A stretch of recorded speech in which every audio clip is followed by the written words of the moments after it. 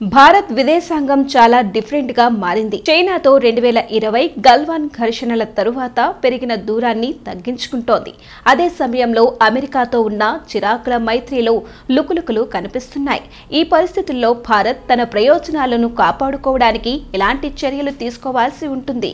4 ఏళ్ల తరువాత 2024లో భారత్ చైనా సంయుక్త ప్రకటన వెలువడింది. సరిహద్దుల్లో సైన్యాల వెనకడుగు, శాంతి సయోధ్యల పునరుద్ధరణ ప్రధాన అంశాలుగా నిలిచాయి.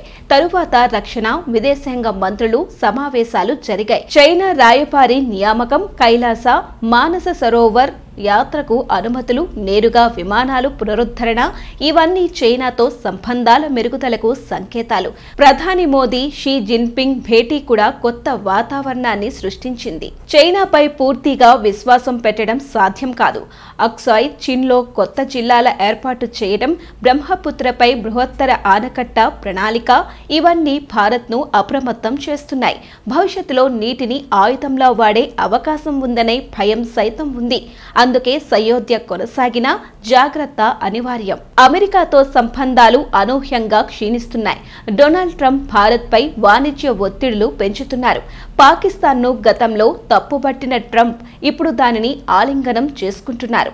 ఇది భారత్ అమెరికా వ్యూహాత్మక సంబంధాలపై ప్రతికూల ప్రభావం చూపుతోంది. క్వాడ్ మైత్రిపై కూడా ట్రంప్ చల్లబడిన ధోరణి కనబరుస్తున్నారు. ఇప్పుడు భారత్కి సరైన మార్గం బ్యాలెన్స్ గా వ్యవహరించడమే. చైనాతో సంబంధాలు పునరుద్ధరించుకోవడం అవసరం. అదే సమయంలో అమెరికాతో దూరం పెరగకుండా చూసుకోవాలి. రష్యా ఉక్రెయిన్ యుద్ధం ముగిసిన తరువాత అమెరికా యూరప్ వైఖరి మారవచ్చు.